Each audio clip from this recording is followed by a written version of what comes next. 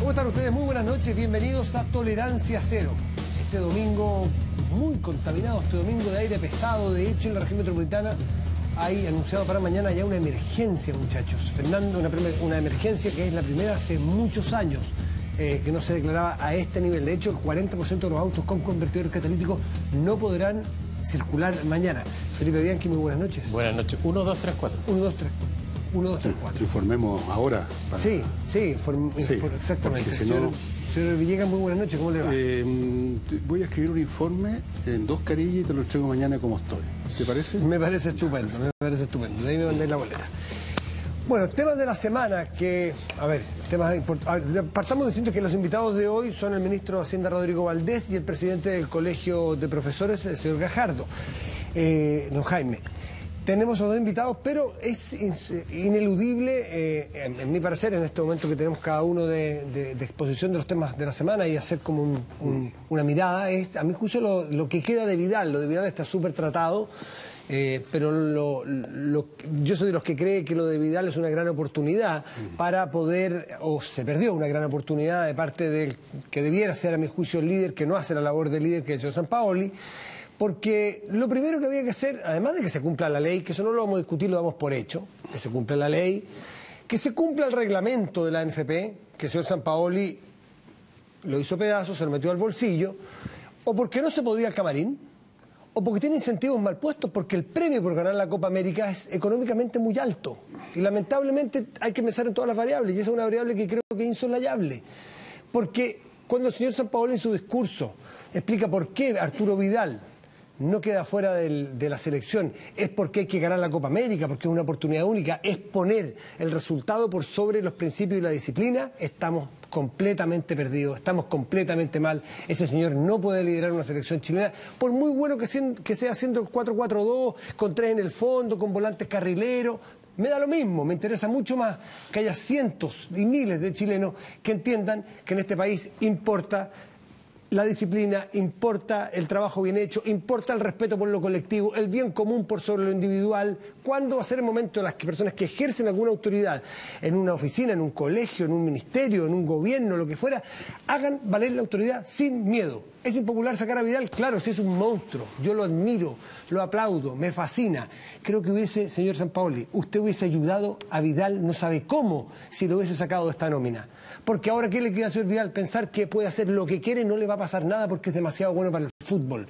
Equivocó completamente, a mi juicio, el camino y hace un daño tremendo, insisto. Porque imagínense los restos de los compañeros de la selección chilena que querían salir, aunque él diga que no estaba planificado, no lo creo, que querían salir después del partido, en estos días libres. No pueden porque tiene un compañero que no es responsable. Imagínense los compañeros que estaban esperando desde la hora señalada o antes de la hora señalada en su lugar de concentración porque era lo que se debía. Y otro compañero no llegó porque chocó bajo los efectos del alcohol o manejando en estado de ebriedad. Si eso tiene un reproche, un castigo, una mención versus usted, señor Sampaoli, que dice que eso es una cosa menor, es lamentable. Nosotros estamos sentados aquí en Tolerancia Cero y uno no se puede dar gustito. Usted está a cargo de la selección chilena y no se puede dar gustito. Usted tiene una labor y creo que la incumplió. Hay notable abandono de deberes del señor Sampaoli, que puede que gane la Copa América y yo lo voy a aplaudir porque es un estupendo entrenador a lo mejor. Pero hay otras cosas que son más importantes que ganar la Copa América. Por ejemplo, educar hacia adelante en ciertos valores, en ciertos principios, que son valores universales, no moralina esto. Valores universales como respetar al resto de los compañeros, llegar a la hora y llegar en buen estado etílico. Pero nos perdimos una nueva oportunidad, la Presidenta de la República se saca fotos con él, el Presidente del Senado se saca fotos con él, bueno, y vamos aplaudiéndolo y vamos dejándolo en el cajón de los recuerdos y versus otra cosa que sí hay que sacar el sombrero. Felipe, ¿te acuerdas que tú trajiste la tarjetita verde la semana pasada? Sí. Que dijimos que la prueba de fuego, para los que no han ido al estadio, la tarjeta verde es una campaña de UNICEF. Iniciativa en UNICEF para respetar el himno de los adversarios.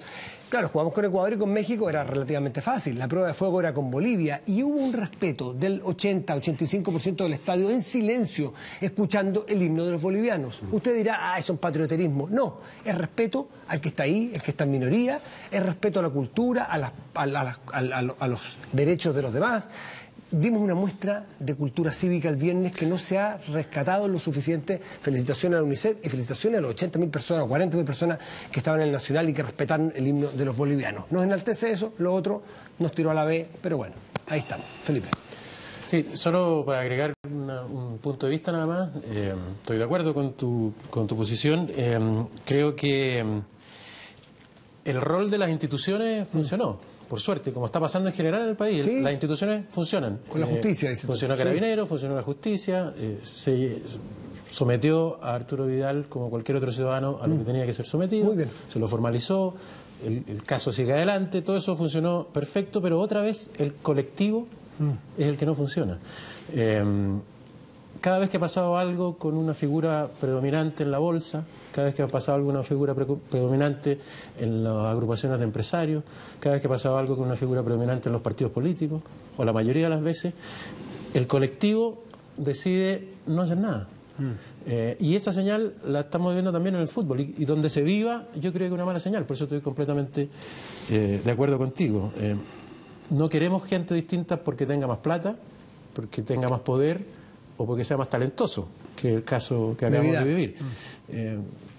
La igualdad en los colectivos es súper importante también dar señales clarísimas, signos clarísimos de que hay cosas que no se pueden tolerar, sobre todo si hay un reglamento. No se empareja la cancha de esa manera. Y la verdad es que supuestamente hay un reglamento de muchas cosas que hemos vivido en el último tiempo en los partidos políticos, en la bolsa, en las empresas, de cómo tienen que funcionar, y normalmente se deja un poquito de lado. Pero yo quiero hablar de otro tema, fíjate, quiero hablar de un tema que de alguna manera tiene algo que ver, porque es una suerte de código camarín, y por eso tiene que ver un poco con el fútbol. Porque la actitud de casta, casi de sindicato, de gremio, apatotada de un grupo de senadores, en esta semana a mí me ha parecido impropia y me ha parecido un error importante en términos de imagen. ¿A qué me refiero? A que si bien efectivamente no es el Robin Hood de la probidad en nuestra política, y si bien puede haber cometido un acto irresponsable, la forma como se ha presionado al senador Alejandro Navarro, que estuvo la semana pasada sentado acá, para que se desdiga, para que se retracte, y que si no lo hace renuncie a su cargo de vicepresidente del Senado, por haber dado a conocer una lista de aportes reservados a los senadores y haber preguntado, haber dicho, quisiera que cada uno diga si parte de estos aportes reservados tienen que ver con las compañías pesqueras. Me parece una exageración bastante inaceptable, en momentos además que los porcentajes de credibilidad, de transparencia, de probidad son tan bajos, que la necesidad de mayor transparencia y probidad es tan baja. Atacar de alguna forma al mensajero, sea quien sea este mensajero, tenga la historia que tenga, pero atacar al mensajero me parece un error, y me parece una actitud que es poco aceptable. ¿Qué están defendiendo? ¿Se están defendiendo ellos como ellos mismos? ¿Están defendiendo la institución del Senado? No queda muy claro. Entonces, están defendiendo la impunidad, el secretismo, las malas prácticas. Cualquiera podría pensar lo que fuera, porque cuando un grupo tan fuertemente dice esto no se puede hacer, lo que hace usted lo obliga a que se retracte de inmediato, que si no está cometiendo un delito. Navarro, al decir, por favor muestren, claro, en términos de transparencia, de probidad, muestren de dónde llegaron esas platas reservadas. Obviamente pueden hacerlo o no, pero le está pidiendo algo que lo podría pedir cualquiera de nosotros como sociedad. Entonces, cuando por ejemplo Isabel Allende dice, voy a leer textual en el Mercurio, o se retracta de haber emplazado a sus pares a sincerar aportes de pesquera, o mejor deja el cargo. Mira lo que está diciendo. O se retracta de haber pedido sincerar los aportes, como si fuera una cosa espantosa, como si fuera una cosa que lo transforma de inmediato en un paria. Nunca habría creído, y voy a ser bien honesto, que iba a ocupar estos minutos para defender al senador Alejandro Navarro, pero me parece que la situación lo amerita. Señor Villegas. A propósito de colectivo, Felipe, estamos viviendo tiempos en que toda clase de colectivo y de personas están un poquito desquiciados, diría yo. Hay un clima de enervamiento, de aspereza y conflictividad que genera cosas extrañas. Lo que voy a tocar es un tema que, como ustedes son testigos, lo hablé con el señor Gajardo aquí en el pasillo brevemente, y lo voy a tocar ahora. Y lo que le decía a Gajardo, y les voy a decir a ustedes, es que uno no espera que en una marcha de profesores, una marcha de educadores, se manifiesten cosas como, bueno, como carteles donde se identifica a determinadas personas con nombre, apellido, con fotos incluso, y se las vitupera de la manera más brutal, y se las acusa, y en el fondo se las convierte, fíjese usted qué feo es, qué peligroso es, se las convierte en blanco legítimo de los energúmenos. Cuando tú haces una especie de lista de proscripción, como las que hacían los emperadores romanos, a ver a quiénes iban a matar para robarle sus bienes. Entonces estas listas de personas, los malos de la película oficiales, ya sea los profesores o de quien sea, identificados con foto, con todo, insultados, verbalmente como preparados para un ataque mayor, me parece que eso no lo debe esperar de profesores. Me estoy refiriendo, por supuesto, a la gigantografía que sacaron de Matías y mía. Voy a volver a eso en un momento más. Lo segundo en esta marcha es que se nos catalogó a nosotros y a otros también, supongo, como enemigos de los profesores. Y yo les pregunto, ¿cómo uno puede ser enemigo de los profesores? Esa es una expresión completamente ilógica. Uno no puede ser enemigo de una abstracción. Hay que adjetivarla. Uno puede ser enemigo, y soy enemigo de los malos profesores. Soy enemigo de los malos dentistas que te sacan la muela equivocada, o de los malos médicos que matan al paciente, o de los malos ingenieros contratistas que hacen un puente levadizo que no se levanta. ¿Cómo no voy a ser enemigo de todas esas cosas? ¿Cómo uno no va a ser enemigo de los malos profesores que pueden hacer mucho más daño que un mal dentista? El mal profesor uno tiene que mirarlo, si no como enemigo, como una persona criticable. Y yo creo que los profesores debieran ser los primeros enemigos de los malos profesores. No es un tema de la persona, es un tema del rendimiento. Un profesor tiene que ser bueno. Y el caso Matías lo quiero poner ahora. A mí personalmente me han dicho de todo, me han tratado y me tratan permanentemente con esa palabreja tan en la punta de la lengua de ciertos sectores: facho, misógino, qué sé yo, cuántas otras cosas más me han puesto, homofóbico, cavernario, ahora enemigo de los profesores. Pero que lo hagan con Matías, que tiene una fundación que le hace perder plata para mantener un colegio, es para la risa. O sea, aquí tenemos un caso donde se ve en forma particular la distancia que hay entre estas frases de odio y de total ignorancia de lo que son las personas con la realidad. Pues yo por último no sostengo ningún colegio, sostengo mi familia nada más. Pero este señor que está aquí, Matías, sí, tú eres parte de una fundación que sostiene un colegio y me contabas que es gratuito. No has ganado un solo peso en esta materia. Nada. Aunque no sé, y sin embargo eres enemigo de los profesores. Es lo que exige la ley, una fundación sin fines de lucro, gratuito. Es la desinformación que lo que genera esta odiosidad, si al final eso es el problema. Eso es lo que nos tiene trancado para poder mejorar la educación, si fuéramos capaces de dialogar en la diferencia, pero ganan los perjuicios y eso es el problema. No un cartel más, un cartel menos, que me traten de aquí o de allá, de lo mismo. Lo pongo como ejemplo, Matías, sí. De que lamentablemente fuera un caso aislado, pero tenemos montones de situaciones donde se erigen estos enemigos a los cuales hay que castigar de alguna manera. Por el momento los castigos son verbales en las llamadas redes sociales, que en realidad a mi juicio son redes de psicópatas principalmente, con los insultos, con las funas, pero eso puede degenerar, y yo lo vi, tengo edad suficiente para haberlo visto, cómo de las palabras se pasan a los hechos muy rápidamente. Entonces uno no espera esto de los educadores, uno espera que hagan sus puntos racionalmente, como corresponde a su profesión, y que se investiguen uno por uno y se estudien, ¿no es cierto? Y como vamos a hacer con el señor Gajardo, que va a estar al final del programa con nosotros. No me pareció un buen signo lo que vi en esa marcha. No lo esperaba de los profesores, realmente no lo esperaba de ellos. Lo puedo esperar de escolares de 14 años, pero no de los profesores. Bueno, Fernando y Felipe, los quiero invitar a ver la siguiente nota. Vamos a entrar en materia con nuestro siguiente invitado, es el ministro de Hacienda, Rodrigo Valdés. Es su primera entrevista televisiva ya en un mes, un poco más me parece, un mes y una semana, aprox, de que está en el Ministerio de Hacienda. Ha hecho algunas entrevistas en medios escritos hace un tiempo ya, ha estado en ICAR, ya ha enfrentado a la opinión pública de una manera distinta, y aquí vamos a conversar con el ministro de Hacienda después de esta nota. No era un carnaval por la Copa América, menos una celebración brasilera en Plaza Italia, tampoco un acto de desagravio por Arturo Vidal. No, nada de eso. Los profesores salían a la calle una vez más para mostrar su oposición a uno de los buques madre de la reforma educacional. ¿Cuánto tiempo haciendo clase? Yo hice mucho tiempo clase, ahora soy jubilada. Ya. Y estoy luchando por las jubiladas, a pesar que no nos corresponde la carrera profesional docente, pero tantos maestros que necesitan que sean se haga justicia alguna vez. Esto es no solo para los maestros, es para Chile, la mejor educación. Yo estoy por jubilar y voy a recibir una jubilación misérrima. ¿Cuánto sería esa jubilación? 258.000 pesos, después de 33 años de trabajo. Y perdone la imprudencia, pero ¿cuánto gana hoy día? Gano 1.120.000 pesos aproximadamente. Eso es bastante la diferencia. Claro, líquidos son 900.000 pesos, pero de 900 a 258, saquen la cuenta. Así que no va a alcanzar para los puros remedios nomás. Exigen dar de baja el actual proyecto de carrera docente, pero el mensaje del ministerio es mantenerlo. Los movilizados desmienten que quieran eludir una evaluación con la que conviven hace rato. El asunto es que a quienes menos le han consultado es a nosotros. Nosotros nos estamos evaluando desde hace 12 años. Yo en particular me he evaluado 3 veces, y es un trabajo enorme. Lo cierto es que el paro continúa, a pesar de la intención del Mineduc de introducirle modificaciones a esta parte del proyecto. Pero por más cambios que se requieran, todo tiene un costo. Desde un sector se habla que estas reformas, no solo la educacional, le hacen un grave daño a la economía nacional.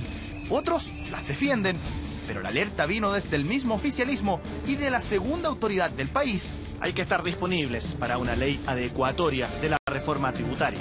Pero como a su vez trae un estancamiento de la economía en conjunto con las otras reformas y la incertidumbre que ellas acarrean, entonces es probable que la economía siga creciendo menos y en ese contexto, entonces la reforma termine recaudando bastante menos de lo que se pensaba. El problema es que el mundo empresarial ha estado demasiado involucrado en las reformas. El gran desafío del ministro Valdés es establecer, como de hecho creo que lo empieza a hacer, un diálogo de nuevo tipo con el empresariado. Hablar sobre productividad. En términos monetarios, solo la reforma de carrera profesional docente tendrá un costo final de 1.474 millones de pesos. Pero no solo la reforma educacional está en marcha. La que actualmente se discute y que acaba de ser aprobada en la Cámara de Diputados, la reforma laboral, tendrá un costo para el sector público de 3.900 millones de pesos. El precio del cobre a la baja y una economía con cifras invernales acorde al clima. ¿Alcanzarán los recursos? ¿Se volverá a escuchar la frase de apretarse el cinturón y moderar las expectativas?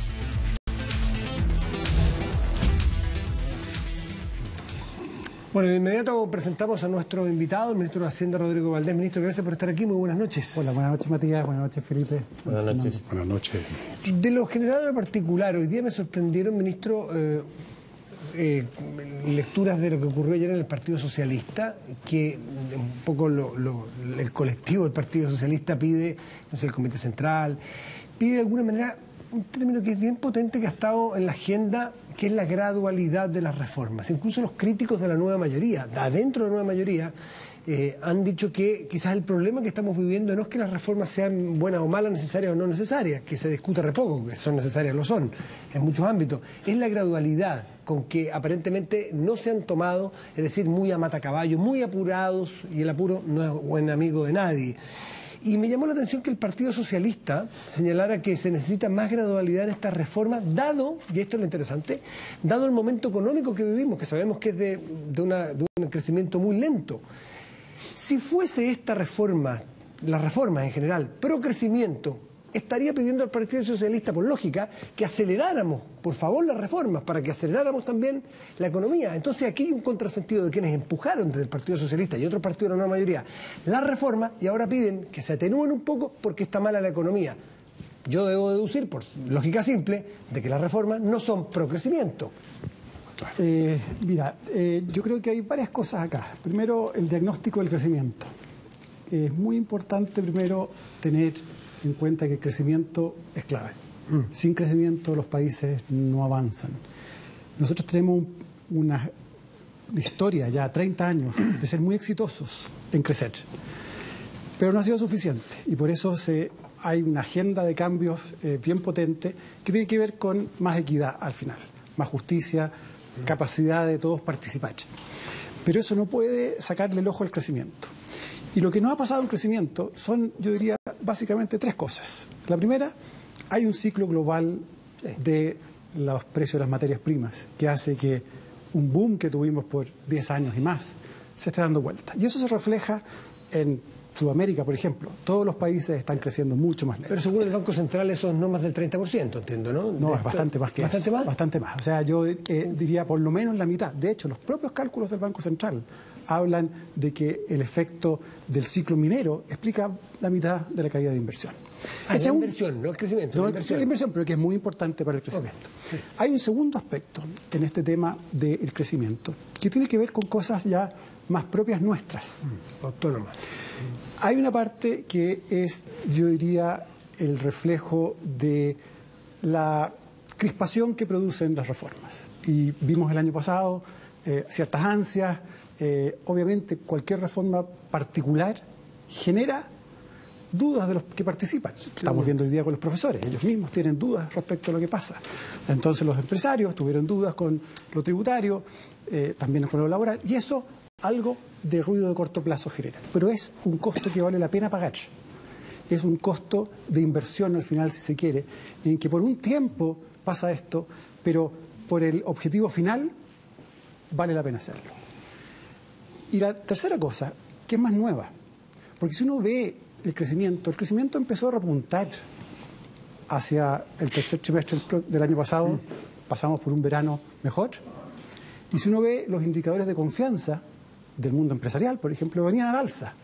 Los famosos brotes verdes. Brotes verdes. Que no fueron. No, hubo brotes verdes. Se quemaron, hubo un helado. No, la economía sigue creciendo, pero a lo que voy que es más importante, la confianza, cuando se mide con indicadores de confianza, que son encuestas, hay cosas bastante científicas de cómo medir, muestra que hubo un deterioro bien importante hacia fines del primer trimestre, comienzos de mayo. Y eso, mi conclusión inequívoca, es que la política empezó a contaminar la economía. Y empezamos en un círculo vicioso ahora último, en que por eso es tan importante meterse en la agenda y empujar la agenda de probidad, de transparencia, de cambios de varias reglas que estamos haciendo, para que la política funcione mejor. Y eso va a ser muy importante para el crecimiento. Entonces, volviendo a lo que decía el Partido Socialista ayer, que yo valoro mucho que el Partido Socialista diga con mucho realismo, miren, las condiciones son distintas, las condiciones económicas y las condiciones políticas son distintas a las que se preveía inicialmente cuando empezamos todo. Entonces, es momento de hacer las cosas un poco más graduales, priorizar. Ese es un ejercicio que siempre hay que hacer. Uno no hace las cosas a una velocidad siempre igual, no importa lo que esté pasando. Hay que adaptarse. Eso no significa claudicar. No, claudicar no. Para nada. Porque es al revés. El norte está claro. Sí. La velocidad a la cual uno avanza hacia ese norte tiene que ser responsable. Disculpe, una cosa muy breve. Dentro de esta gradualidad que usted entiendo que con la cual comulga, que es la petición del Partido Socialista, usted dijo priorización y ellos dijeron gradualidad. No es lo mismo, pero vamos a tomarlas como primo hermana.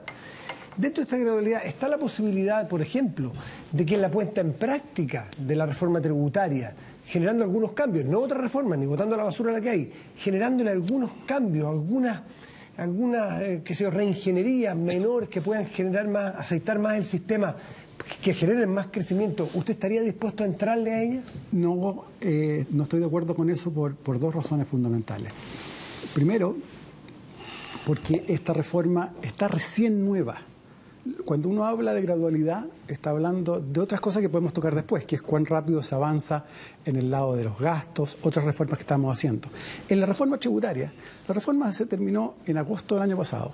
Se votó 33 votos a favor, 1 en contra en el Senado. Fue un acuerdo político en que concurrieron todos. Hay que darle el espacio para implementar. La misma ley dice que hay que implementar. Y mi compromiso es trabajar para esa implementación. ¿A usted le gusta esa reforma? ¿A usted le gusta cómo quedó el sistema tributario chileno? A mí me gusta el esfuerzo que está haciendo Chile. Pero usted es un técnico para también. Juntar plata. Sí, y por lo mismo estamos trabajando fuerte. Hay un equipo de técnicos especializados en esto, implementando la reforma. Y es clave, y mi compromiso es que esto sea impecable. ¿Va a ser lo mejor con lo que se encontró o es la reforma que usted hubiera hecho? Siempre hay, cuando uno diseña una casa, hay distintos diseños. Tenemos una casa hoy día hecha, hay que usarla y hay que implementarla. Ministro, buenas noches. Qué bueno que tocó el tema político y si hizo esta diferencia entre lo técnico y lo político, que yo al menos soy convencido, supongo que alguien más también, de que la economía no es necesariamente y únicamente técnica, sino que también es política. Se ha dicho mucho desde el sector del empresariado que el estancamiento tiene que ver básicamente con la desconfianza y con la incertidumbre.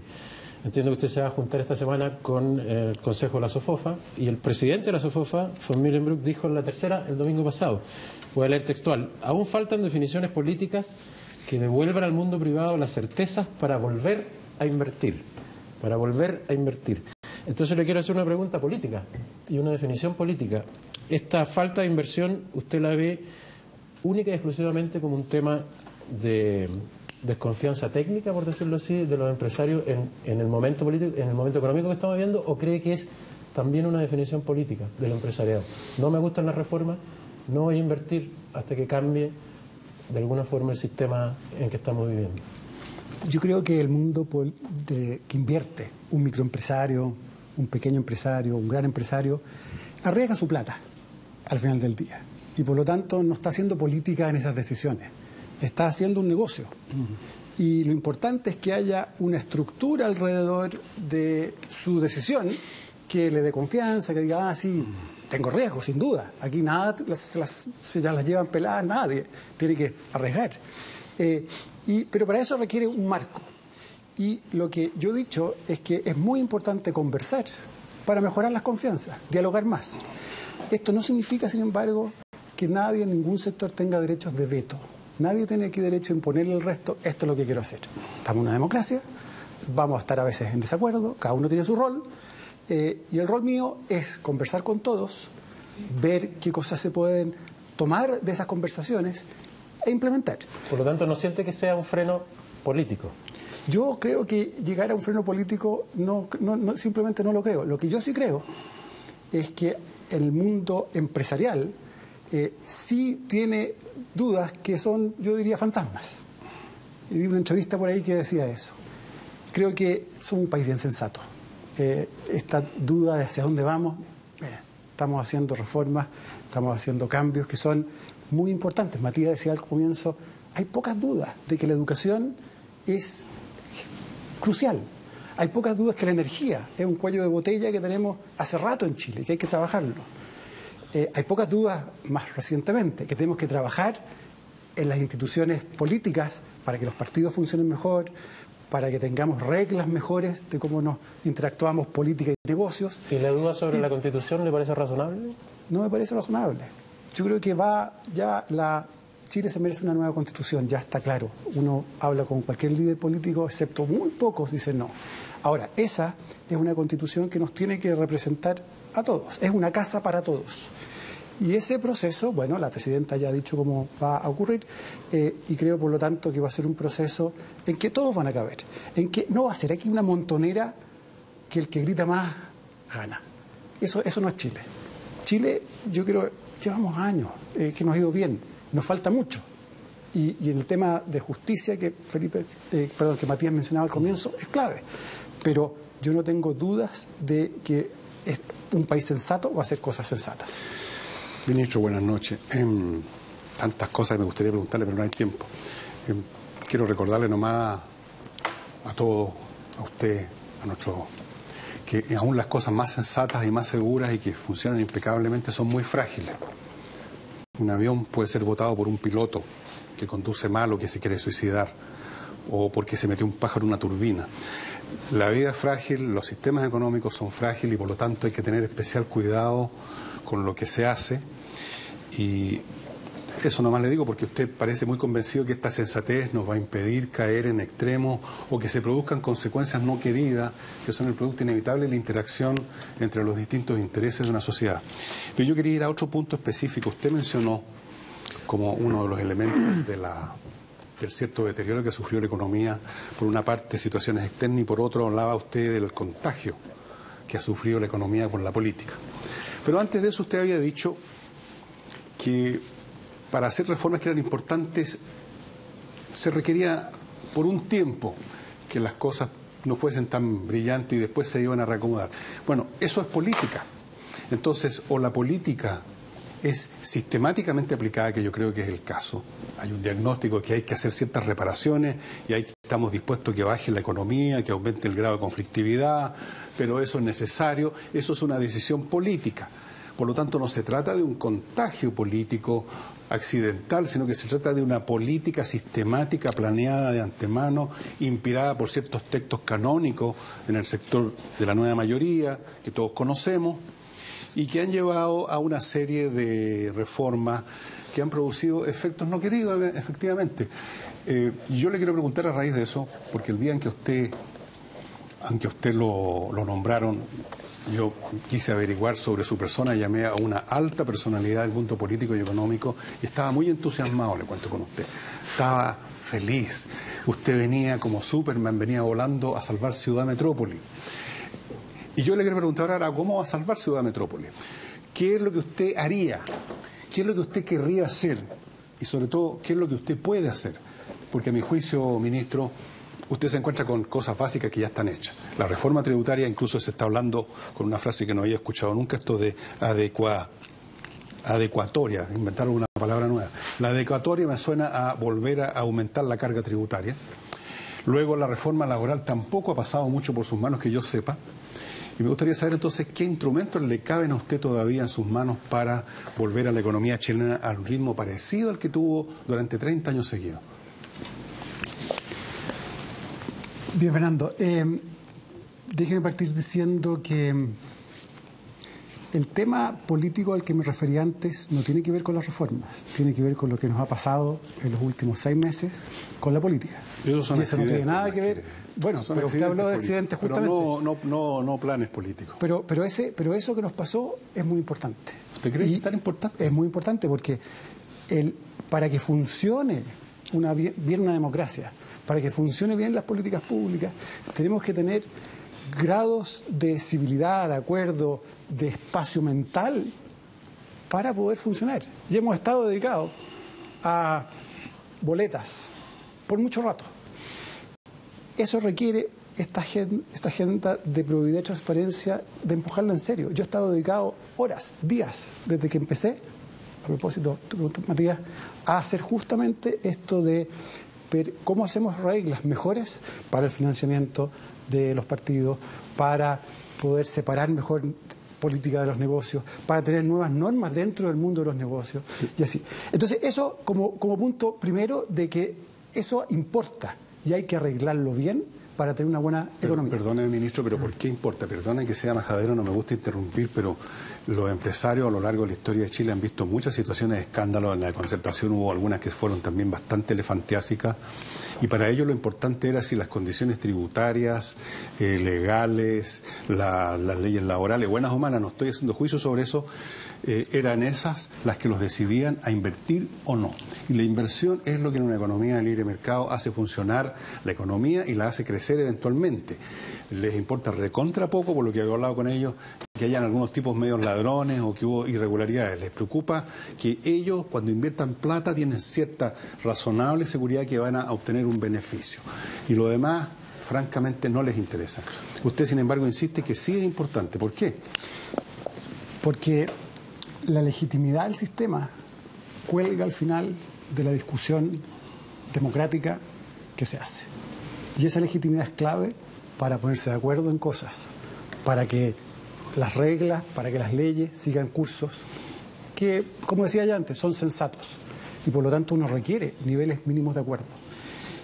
Y eso es lo que hay que reparar con urgencia.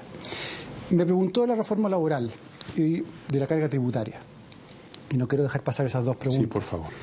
Respecto a la carga tributaria ya está definida. Chile está haciendo un esfuerzo enorme por aumentar 3 puntos porcentuales del PIB, más de 8.000 millones de dólares, la carga tributaria gradualmente hasta el 2018.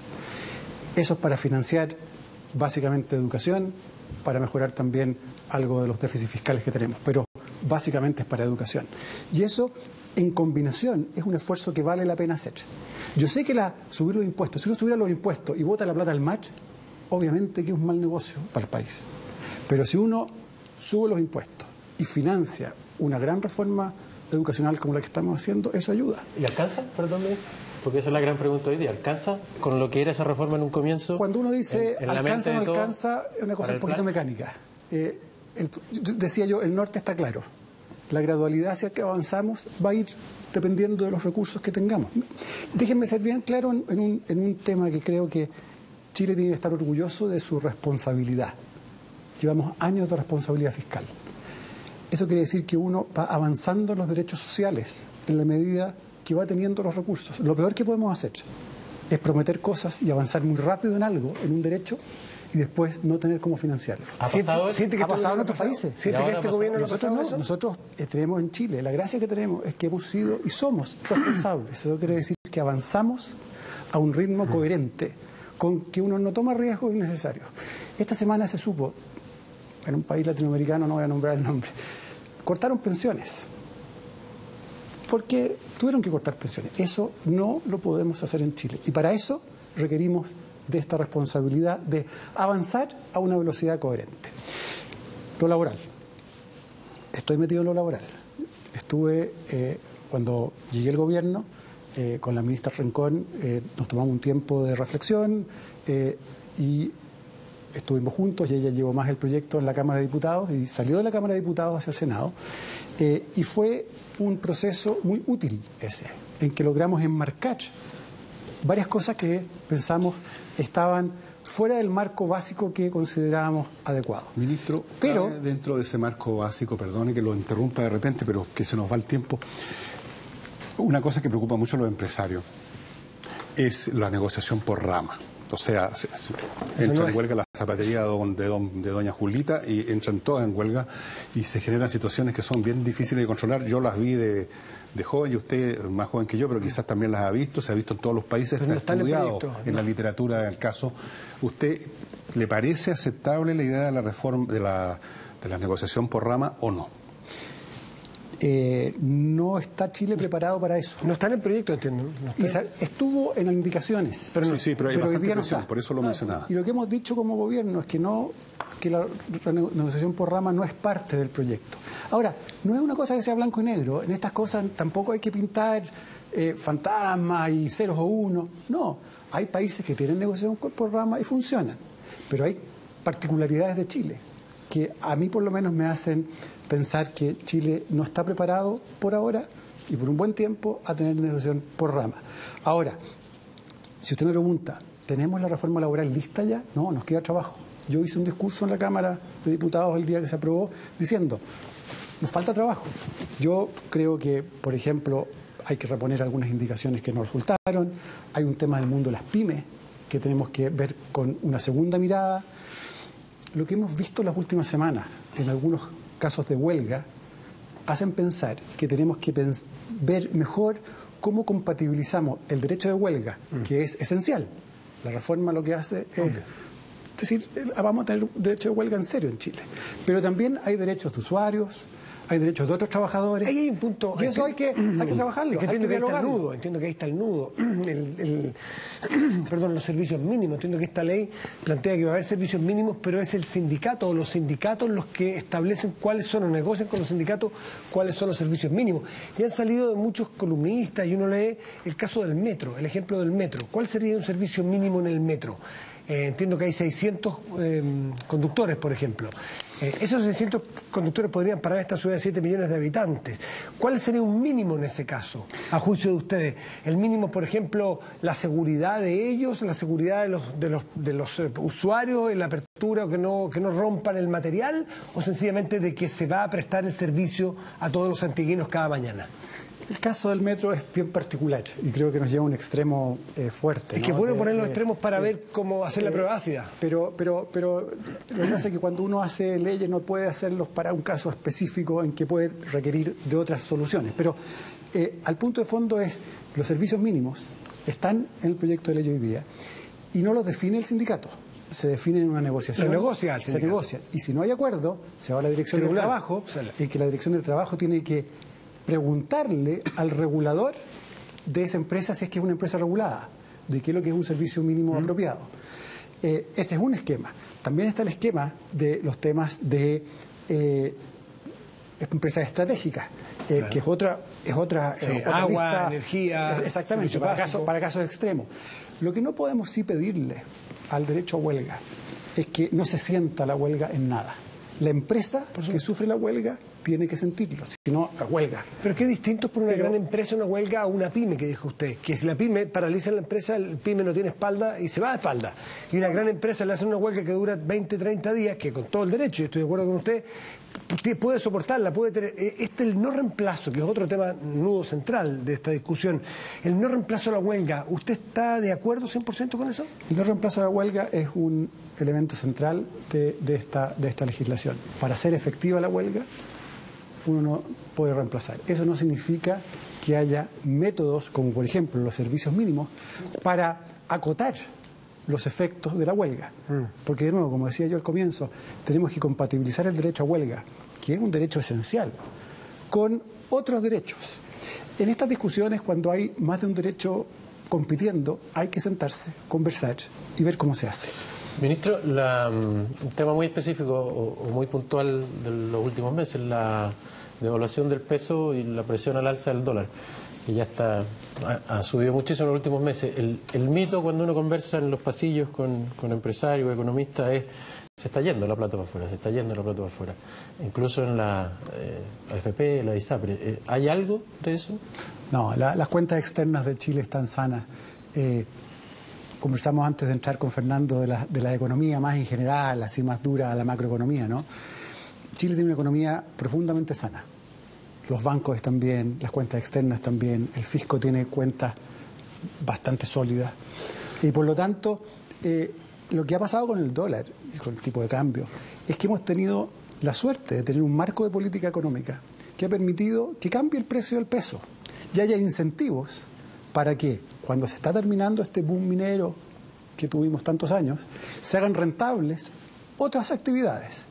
Actividades que lo pasaron re mal en los últimos 10 años. Si uno va al sur de Chile, entre viñas, salmones, agricultura, hay muchas industrias completas que de verdad pasaron por, cuando el tipo de cambio era 450 pesos, bueno, estaban apretados. Chile hizo ese cambio de precios sin dramas y estamos, por lo tanto, mucho mejor preparados que otros países para poder crecer. Imagínense cómo sería la situación hoy día con un tipo de cambio de 450 pesos fijo. Chile experimentó ya con esos marcos de política. Un segundo, porque tocó un tema, ministro, que es importante, que tiene que ver con Codelco. La capitalización de Codelco. ¿Se va a avanzar en eso relativamente rápido? ¿Un tema de mucho más adelante? Ese es un tema que está legislado y que pone además bien claro que tiene que haber avances de gestión para ir avanzando con la capitalización. ¿Que hoy no hay? Y ese es un proceso que estamos discutiendo con Codelco, viendo su avance y va a ir recurrentemente siendo analizado. Es muy importante, hay discusiones hoy día pendientes. Volviendo un segundo a la reforma sindical laboral que está ahí, que parece para muchos la reforma sindical, porque entre otras cosas 1/8 de los trabajadores chilenos está sindicalizado y algunos dicen que se le va a dar una suerte de monopolio a los sindicatos y hay chilenos que 7/8 por distintas razones, de ese 7/8 habrá un porcentaje X y no creo que sea despreciable, que sencillamente o no siente necesidad en su empresa de sindicalizarse o no quiere o no sé, pero es con ese 7/8 se le restan muchos derechos, considerando lo importante que es el sindicalismo para muchas cosas, para generar equilibrios, por lo pronto, estoy de acuerdo con usted, pero de alguna manera, por ejemplo, el que no le da derecho a huelga a los que no estén sindicalizados, el que los beneficios que genera un sindicato en una negociación no son necesariamente extendibles a los no sindicalizados, salvo que el sindicato lo permita. De alguna manera, entiendo que es el sindicato el que queda con la posibilidad, la potestad de negociar la flexibilidad. Usted habló de la adaptabilidad. Es decir, algunos temen que aquí o sea, si es que los sindicatos están un poco disminuidos, que pasen al otro extremo, que el péndulo pase de largo y no se centre donde tiene que centrarse, que es el equilibrio entre empleadores y empleados. Tenemos que siempre buscar el equilibrio, eso es muy importante, pero estamos partiendo de un lugar muy desequilibrado. Entonces, esta reforma hace básicamente 3 cosas. Primero, reequilibra esta relación, dándole más poder de negociación al sindicato. Segundo, hace una serie de cosas que creo son muy importantes para mejorar la relación interna dentro de la empresa. Cuando uno negocia con alguien, si negocia una pura vez, es muy difícil establecer una relación de confianza. Por lo tanto, tener sindicatos que duren, tener reglas claras de cómo es el proceso, más claras que las de ahora, tener más información que la empresa le dé información al sindicato para poder negociar. Son todas cosas que sirven para esta mayor cooperación. Y los derechos del chileno que no quiere estar en un sindicato. No tiene por qué estar, esto no va a ser... Pero quedan bien disminuidos en este proyecto. No, que hay un tema bien específico y que cuando hay sindicatos van a tener titularidad para negociar. Y eso es una cosa específica que es importante para que los sindicatos tengan el poder de negociar. Pero no significa... Los grupos negociadores fuera de sindicato quedan prohibidos. Si es que hay sindicatos, quedan fuera... O sea, ¿lo obligan a uno a sindicalizarse? No, para nada. Pero quedan expensas de lo que haga el sindicato si les tienden sus beneficios... Pero eso es con acuerdo y con una serie de reglas de que no pueden ser extensiones arbitrarias, etcétera. Fernando. Sí, ya. Está apareciendo en pantalla, está subido hace rato un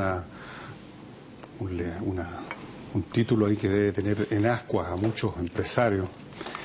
Usted decía que lo que ellos quieren, obviamente, toda persona que invierte plata es más o menos una capacidad de suponer que el futuro no va a ser tan distinto al presente, si no uno no invierte ni un peso. No es necesario ser un empresario para eso, uno se pone cauteloso.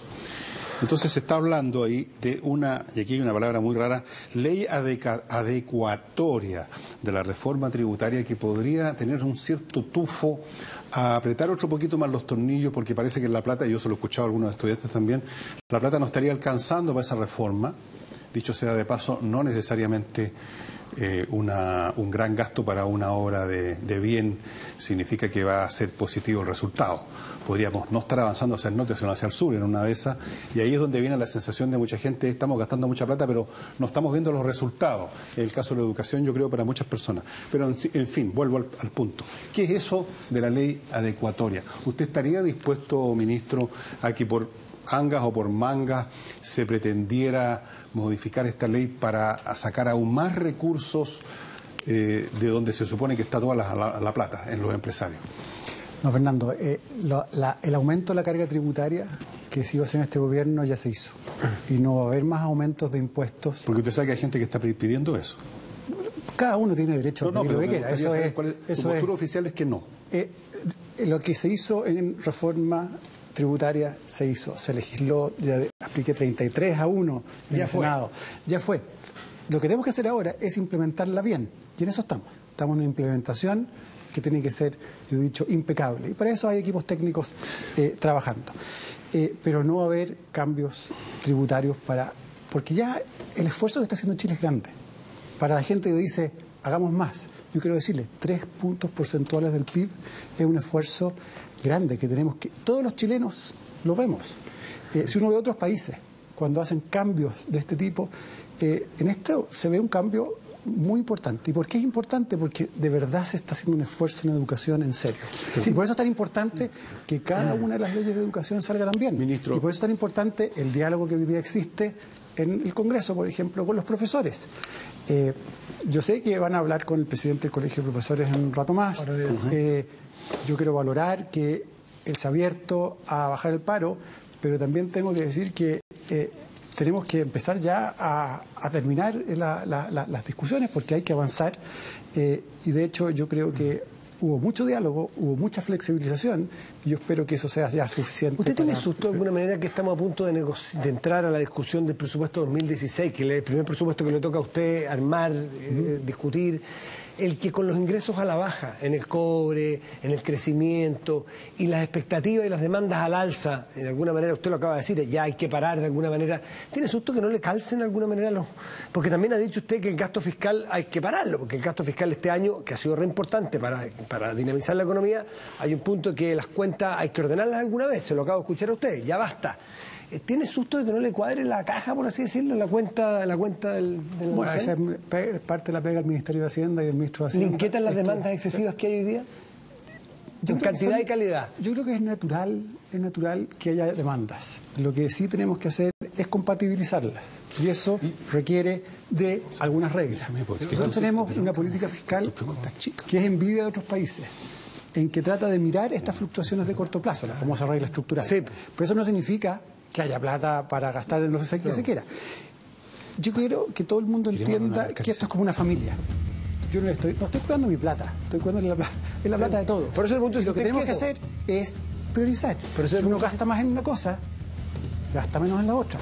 De eso toda familia sabe que es así. Mencionó el diálogo, ministro, y le quiero preguntar a propósito de unas declaraciones de la presidenta de la CUT, Bárbara Figueroa, que dice que tiene un nivel de diálogo muy distinto al que tenía antes con el ministro Arena y con la ministra Blanco, con usted y con la ministra Rincón.